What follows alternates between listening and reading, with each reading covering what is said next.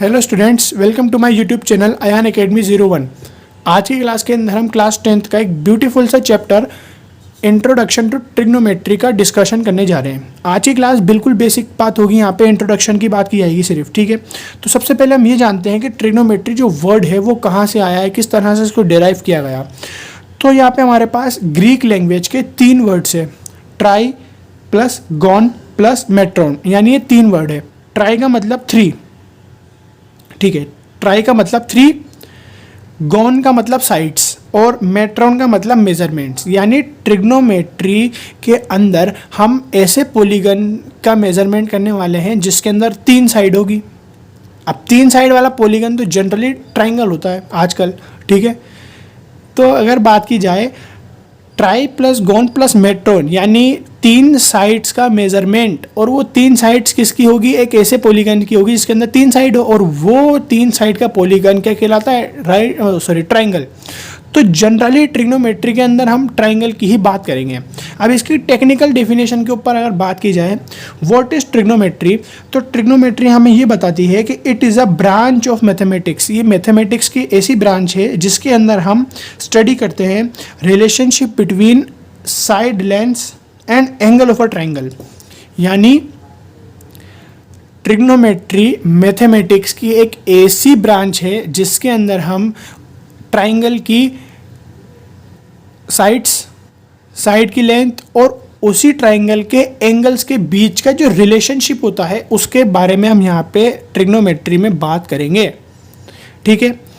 अब हमने यहाँ पे ये जाना कि ट्रिग्नोमेट्री वर्ड कहाँ से आया है, ट्रिग्नोमेट्री क्या होती है, ट्रिग्नोमेट्री के यूजेस देख लेते हैं एक बार कि ट्रिग्नोमेट्री बहुत वाइड रेंज के साथ जो है फिजिक्स के अंदर काफ़ी यूज़ होती है, ठीक है।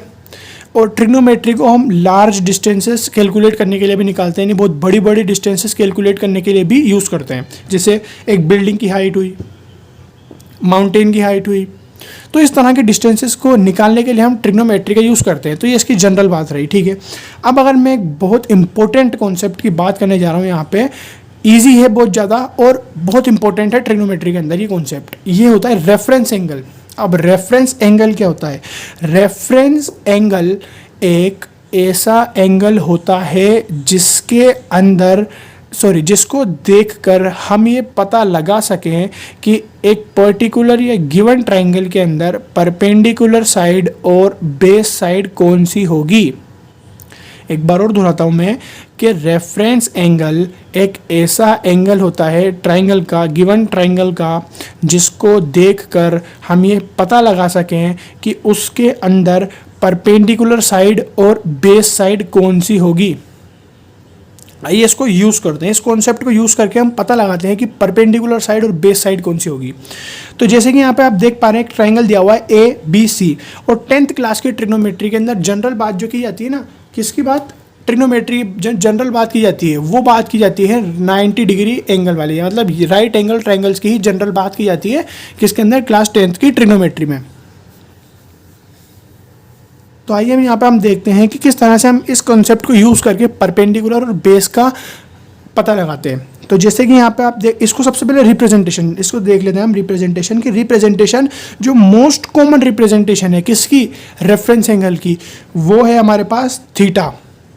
अल्फा भी हो सकता है, बीटा भी हो सकता है, गामा भी हो सकता है, लेकिन सबसे ज़्यादा जो यूज़ होने वाला रिप्रेजेंटेशन सिंबल जो है इसका रेफरेंस एंगल का, वो होता है थीटा।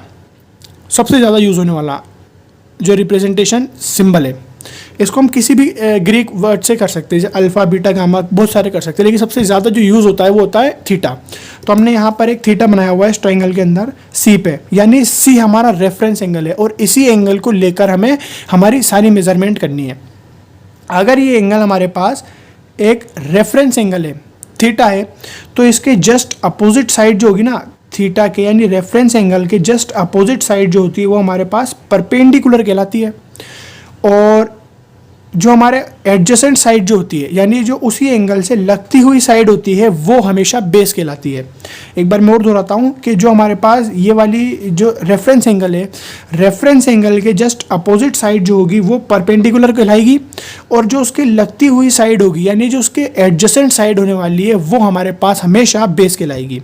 अब इसका एक दूसरा पहलू भी देखते हैं कि अब पहले तो हमारे पास रेफरेंस एंगल सी पे था, ये एंगल उठा के मैंने यहाँ रख दिया ऊपर। ऊपर क्यों रख दिया, इस वाले डायग्राम में देख सकते हैं आप, ठीक है। तो ये रेफरेंस एंगल है, तो इस रेफरेंस एंगल के जस्ट सामने वाली side, opposite side, reference angle के थीटा के जस्ट अपोजिट साइड जो होगी वो परपेंडिकुलर कहलाएगी। तो यहाँ पर आप देख पा रहे हैं कि ये वाली साइड जो है BC, ये परपेंडिकुलर है, और पिछले केस के अंदर ये बेस थी, लेकिन इस केस के अंदर ये परपेंडिकुलर है। क्यों? क्योंकि ये थीटा के रेफरेंस एंगल के अपोजिट साइड है, और इसके जो पास वाली साइड होगी ना, जस्ट इससे लगती हुई, वो हमेशा बेस कहलाएगी। ये बहुत इंपॉर्टेंट कॉन्सेप्ट है और बहुत इजी भी कॉन्सेप्ट है, आ जाएगा धीरे धीरे क्वेश्चन करते करते, ठीक है। तो यहाँ में हमने रेफरेंस एंगल, ट्रिग्नोमेट्री और ट्रिग्नोमेट्री के यूजर्स के बारे में बात की। अब हम यहाँ पे बात करने वाले हैं ट्रिग्नोमेट्रिक रेशोज के बारे में। हाँ, तो स्टूडेंट्स, जैसे कि अभी तक की क्लास के अंदर हमने ये देखा कि ट्रिग्नोमेट्री की डेफिनेशन क्या होती है। रेफरेंस एंगल जो एक मोस्ट इंपॉर्टेंट कॉन्सेप्ट है इस ट्रिग्नोमेट्री का सॉल्व करने के लिए, और वो धीरे धीरे क्वेश्चन जब सॉल्व करेंगे आप, वो आ जाएगा आराम से। अब हम यहाँ पे बात करने जा रहे हैं ट्रिग्नोमेट्रिक रेशोज के बारे में। तो यहाँ पर आप जैसे कि देख पा रहे होंगे, सबसे पहले ट्राइंगल बना हुआ है ABC, 90 डिग्री B पर है, रेफरेंस एंगल थीटा लिया हुआ है हमने। रेफरेंस एंगल थीटा है अगर, तो इसके जस्ट अपोजिट साइड, इसके रेफरेंस एंगल के अपोजिट साइड परपेंडिकुलर होती है, और इसके लगती हुई साइड यानी एडजेसेंट साइड हमेशा बेस होती है। तो ये परपेंडिकुलर हुआ, ये बेस हुआ, और जो सबसे लंबी साइड बचेगी वो हाइपोटेनियस होगी, ठीक है। अब यहाँ पे अगर मैं बात करूँ, किसकी बात करने वाला हूँ मैं यहाँ पे, रेशोज के बारे में। तो यहाँ पे अगर मैं बात करूँ, सबसे पहला रेशो जो होता है वो साइन होता है, साइन थीटा। अब इसका मतलब आप लोग क्या समझ पा रहे हैं? इसका मतलब ये नहीं है साइन इंटू थीटा, हाँ ये गलत बात है, इसका मतलब ये नहीं है साइन। इसका मतलब यहाँ पर ये है sine ratio with respect to theta angle, ठीक है। इसका मतलब कि साइन का रेशियो निकाला जाएगा, साइन का रेशियो निकाला जाएगा, या साइन का रेशियो इस थीटा एंगल को यानी रेफरेंस एंगल को कंसीडर करते हुए, यानी साइन का रेशियो परपेंडिकुलर अपॉन हाइपोटेनियस होता है, ठीक है। ये साइन का रेशियो है, लेकिन थीटा एंगल ये है, तो थीटा एंगल को देखते हुए हमें परपेंडिकुलर अपॉन बेस का रेशियो निकालना है। जैसे कि अगर बात की जाए साइन थीटा ये है हमारे पास, साइन का रेशियो क्या होता है, परपेंडिकुलर अपॉन हाइपोटेनियस, ठीक है। तो थीटा ये है, तो ये परपेंडिकुलर है और ये परपेंडिकुलर है और ये हाइपोटेनियस है। तो perpendicular upon hypotenuse sine ratio जब निकालूंगा थीटा एंगल को देखते हुए, तो क्या निकलेगा मेरे पास, AB अपॉन AC। तो इसका मतलब ये हुआ कि साइन का रेशियो जो होगा वो विद रेस्पेक्ट टू थीटा, यानी विद रेस्पेक्ट टू थीटा हमारे पास निकलने वाला है, ठीक है। अब अगर मैं बात करूं यहाँ पर कोस थीटा की, तो कोस थीटा क्या होता है, cos theta base upon hypotenuse होता है। ये भी एक रेशियो होता है कोस, और विद रेस्पेक्ट टू थीटा, यानी थीटा को देखते हुए हमें कोस का रेशियो निकालना है। ये थीटा है, थीटा को देखते हुए बेस अपॉन हाइपोटेनियस निकालना है। तो इस तरह के रेशियो हो गए, sine theta perpendicular upon base, cos theta perpendicular upon hypotenuse, cos theta base upon hypotenuse. अब टेंजेंट थीटा और टेन थीटा जिसे बोला जाता है, tan theta perpendicular upon base, हाँ। और अगर अब बात की जाए किसकी, कोसेक थीटा की, तो कोसेक थीटा हमारे पास यहाँ पे क्या होता है, साइन थीटा जो होता है ना, साइन थीटा क्या होता है, perpendicular upon hypotenuse. Cosec theta जो होता है वो साइन का रेसिप्रोकल होता है। क्या होता है, रेसिप्रोकल। इसको हम इस तरह से भी लिख देते हैं, अगर थीटा सेम है तो इस तरह से लिख देंगे, ठीक है। ये थीटा जो है ना, ये सेम होना चाहिए, इस तरह की बात है। अगर मैं इसको इस तरह से लिखना चाहूँ, sine A is equal to 1 upon cosec B, तो ये गलत हो जाएगा, क्योंकि यहाँ पे जो एंगल है हमारे पास वो सेम नहीं है। लेकिन अगर sine A is equals to 1 upon cosec A लिखा जाए तो सही है। यानी इसका मतलब ये हुआ कि साइन जो है, सॉरी कोसेक जो है वो रेसिप्रोकल ऑफ साइन है, और साइन जो है वो रेसिप्रोकल ऑफ कोस है। यानी ये दोनों रेशोज जो हैं एक दूसरे के रेसिप्रोकल है। यानी मैं क्या लिख सकता हूँ, साइन थीटा को मैं लिख सकता हूँ 1 कोसेक थीटा, और कोसेक थीटा को मैं लिख सकता हूँ 1 साइन थीटा। ये यहाँ पे एक इंपॉर्टेंट बात हुई जानने के लिए, क्वेश्चंस को सॉल्व करने के लिए। इसी तरह से अगर बात की जाए कोस थीटा की, कोस थीटा होता है बेस अपॉन हाइपोटेनियस, ठीक है। तो कोसेक थीटा जो है रिलेटेड होता है सेक थीटा से, यानी कोसेक थीटा जो होता है वो रेसिप्रोकल होता है सेक थीटा का, सॉरी कोस थीटा रेसिप्रोकल होता है सेक थीटा का, और सेक थीटा रेसिप्रोकल होता है कोस थीटा का। ये भी आपस में एक दूसरे से रेसिप्रोकल है। जैसे cos theta is equals to 1 sec theta, और sec theta is equals to 1 cos theta, इस तरह से। अब अगर बात की जाए टेन जो है वो कॉट से रिलेटेड है। टेन थीटा होता है परपेंडिकुलर अपॉन बेस, ठीक है।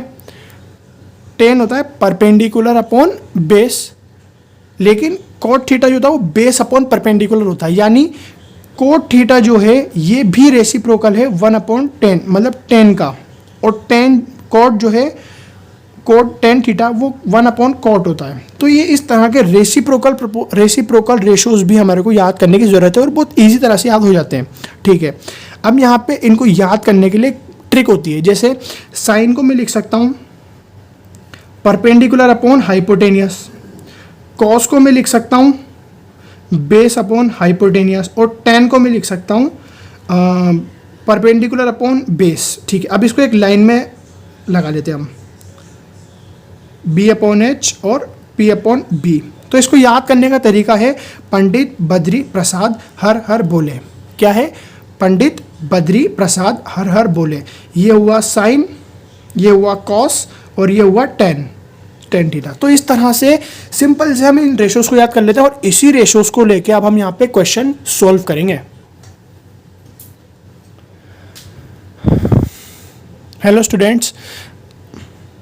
हाँ तो स्टूडेंट्स, जैसे कि अभी तक की क्लास के अंदर हमने यहाँ पर ये देखा था कि ट्रिग्नोमेट्री की टेक्निकल डेफिनेशन क्या होती है, ट्रिग्नोमेट्री जनरली यूज़ कहाँ होती है, और ट्रिग्नोमेट्री का एक बेहद ही इंपॉर्टेंट कॉन्सेप्ट था जो क्लास 10th से ही जानना चाहिए, रेफरेंस एंगल और ट्रिग्नोमेट्रिक रेशियोज, और ट्रिग्नोमेट्रिक रेशियोज को जानने के लिए शॉर्ट ट्रिक। तो अब हम उसी कॉन्सेप्ट पे बेस्ड और उसी रेशियोज पे बेस्ड एक क्वेश्चन करने वाले हैं। ये क्वेश्चन है क्लास 10th की एनसीईआरटी का एग्जांपल नंबर 1। बेहद ही सिंपल क्वेश्चन है और इसके ऊपर बेस्ड है, और इससे हमें ये पता लगेगा कि किस तरह से उस कॉन्सेप्ट को यूज़ करके हम इस क्वेश्चन को या ऐसे क्वेश्चन को सोल्व कर पाते हैं। तो आइए देखते हैं कि गिवन 10A, अब मुझे गिवन है 10A, ठीक है। तो ये 10A मतलब क्या है? हमने देखा था वहाँ पर tan थीटा था, और थीटा जो था वो रिप्रेजेंटेशन ऑफ रेफरेंस एंगल था। क्या था? थीटा जो था वो रिप्रेजेंटेशन ऑफ रेफरेंस एंगल था। तो मैंने अगर यहाँ से थीटा हटा दिया और थीटा की जगह पे एंगल A लगा दिया, तो कोई दिक्कत है क्या? कोई दिक्कत नहीं है। अगर मैंने वहाँ से थीटा हटा दिया और थीटा की जगह एंगल लगा दिया या फिर A लगा दिया, तो कोई दिक्कत है नहीं। ये हमें ये बताएगा कि मतलब कोई रेशो के साथ अगर कोई यहाँ पे दिया हुआ है, जैसे B, अगर मान लो यहाँ पे 10B दिया हुआ होता या 10C दिया हुआ होता या कोई भी ऐसा अल्फ़ाबेट दिया हुआ होता जो पॉइंट है किसके अंदर, ट्राइंगल के अंदर, तो वो हमें ये बताता कि वो एंगल ही रेफरेंस एंगल है। जैसे यहाँ पे 10A दिया हुआ है, 10A का मतलब है कि मुझे जो एंगल A है उसको रेफरेंस लेके सारी की सारी कैलकुलेशन करनी है। मान लो कि यहाँ पे मुझे 10B दिया हुआ होता, तो इसका मतलब क्या था? इसका मतलब यहाँ पे ये था कि सॉरी 10B नहीं है, तो 10B तो 90 है, 10C दिया हुआ होता, तो 10C का मतलब है कि ये एंगल थीटा एंगल जो है या रेफरेंस एंगल जो है वो C पर बना हुआ है। तो इस तरह की बातें जो है ध्यान में रखनी पड़ेगी बिल्कुल, कि रेशो के साथ में कोई भी एंगल दिया हुआ होगा या वो पॉइंट का अल्फ़ाबेट दिया हुआ होगा जो ट्राइंगल के अंदर प्रेजेंट है अदर देन 90 डिग्री, यानी 90 डिग्री के अलावा कोई भी एक पॉइंट का आपको अल्फ़ाबेट रेशो के साथ गिवन है, तो हमें क्या मानना है? वही एंगल को या वही पॉइंट वाले एंगल को हमें रेफरेंस एंगल मानना है। जैसे कि हमने यहाँ पे देखा कि 10A है, तो ये A जो है ना, इस पॉइंट का इस पॉइंट का नेम है। तो ये पॉइंट पे जो एंगल बन रहा है ना, उसी एंगल को हमें रेफरेंस एंगल मानना है। तो यहाँ पे सिंपल सी बात थी कि रेफरेंस एंगल का चुनाव कैसे करना है, यानी चूज कैसे करना है, ठीक है। अब रेफरेंस एंगल थीटा ये है एंगल, तो रेफरेंस एंगल के जस्ट सामने वाली साइड जो होती है, अपोजिट साइड, वो परपेंडिकुलर होती है, और इसके एडजेसेंट साइड जो होती है, यानी लगी हुई साइड, वो बेस होती है। ये बात बिल्कुल सही है। अब हम हमारे क्वेश्चन को सोल्व करना स्टार्ट करते हैं। तो आइए देखते हैं। गिवन है यहाँ पर हमारे पास 10a इज इक्वल्स टू 4/3। अब 10a का रेशो क्या होता है? 10a का रेशो होता है परपेंडिकुलर अपॉन बेस। अब इसके अंदर मैं देखूँ तो परपेंडिकुलर मेरे पास BC है, BC हुआ, और बेस AB हुआ, ठीक है। तो BC की वैल्यू जो थी वो 4 आई। जब मैंने इस रेशो को और इस रेशो को इक्वल कर दिया कुछ इस तरह से, अगर 4/3 is equals to BC upon AC किया, BC upon AB, BC upon AB किया, तो यहाँ से मुझे क्या मिला? मुझे यहाँ पे BC is equals to 4 unit और AB is equals to 3 unit मिला। जब इस तरह की मैंने कैलकुलेशन की या फिर ऑब्जर्वेशन की, तो मुझे यहाँ से ये पता लगा कि BC की वैल्यू 4 आई और AB की वैल्यू 3 आई। यानी BC जो था ये वाली साइड कितनी होगी? ये वाली साइड होगी मेरे पास 4 यूनिट, ठीक है। और AB जो था बेस, वो मेरे पास कितनी साइड होगी? वो होगी 3 यूनिट, ठीक है। अब मुझे क्या चाहिए? अब मुझे यहाँ पर चाहिए ये वाली साइड, हाइपोटेन्यूस। तो मैं इसको किस तरह से निकाल सकता हूँ? तो मैं इसको पहला मतलब निकालने का एक सिंपल तरीका है, वो है by Pythagoras theorem. By Pythagoras theorem वो क्या होती है? वो होती है हाइपोटेन्यूस का square is equals to base square plus perpendicular square. तो ये जो हाइपोटेनियस है, बेस है, परपेंडिकुलर है, इसको हम रिप्लेस कर देंगे इस ट्राइंगल में से देख के। आइए करते हैं। हाइपोटेनियस क्या है? AC है, यानी AC का स्क्वायर। बेस क्या है? AB, यानी AB का स्क्वायर, प्लस परपेंडिकुलर यानी BC का स्क्वायर, ठीक है। तो AC square is equals to AB की वैल्यू कितनी थी? 3, तो यानी 3 का स्क्वायर, प्लस BC की वैल्यू कितनी थी? 4, यानी 4 का square. AC square is equals to 9 plus 16। अब AC square is equals to 25। जब 16 को 9 से प्लस किया तो मेरा आंसर आया 25। और 25 किसका स्क्वायर होता है? 5 का। यानी दोनों साइड स्क्वायर रूट करने पे मेरे पास AC की वैल्यू जो आएगी ना, वो कितनी आएगी? 5 यूनिट्स। यानी मैंने पाइथागोरस थ्योरम का यूज़ करके इसकी वैल्यू निकाली, वो थी 5 यूनिट्स। हमें तीनों साइड का जो हमारे पास जो लेंथ होती है वो पता होना बहुत जरूरी है। अगर 2 की दी हुई है तो 1 की निकाल लेना पहले ही, रेशो निकालने के लिए। अब उसने हमसे क्या बोला हुआ है? Find the other trigonometric ratio. अगर मुझे 10 दिया हुआ है, 10a, तो मुझे 5 बाकी के बचे हुए 5 जो रेशोज हैं उसे निकालना है। किस तरह से निकाल सकते हैं? सबसे पहला जो रेशो होगा वो होगा साइन A।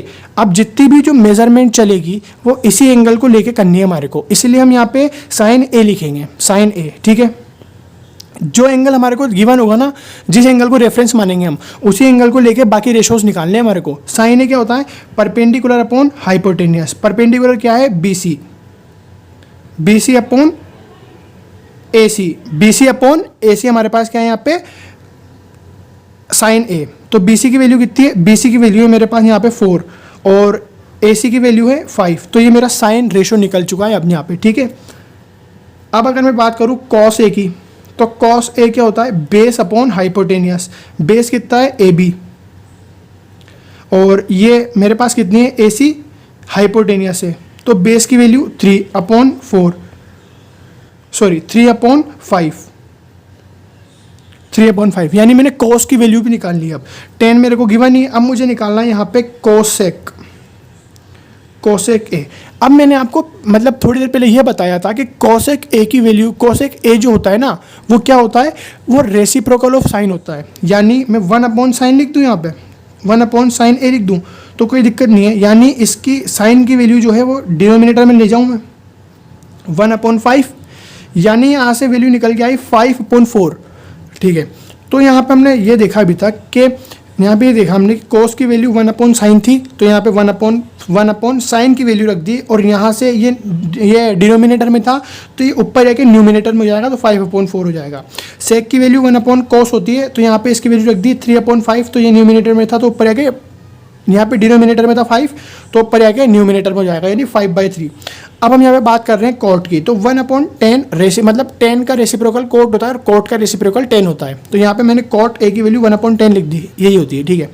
तो यहाँ पे मैं 10 की वैल्यू लिख दूँ 1/4/3, 3 यहाँ पे न्यूमिनेटर में है, तो ये 3 जो है ऊपर जाके न्यूमिनेटर में हो जाएगा और 3/4 इसका आंसर आएगा। तो ये थे बाकी के बाकी रेशोज। तो हम ये यहाँ पे इंट्रोडक्शन खत्म हुआ। अब हम यहाँ पे एक्सरसाइज 8.1 करेंगे अगली क्लास के अंदर। Thank you.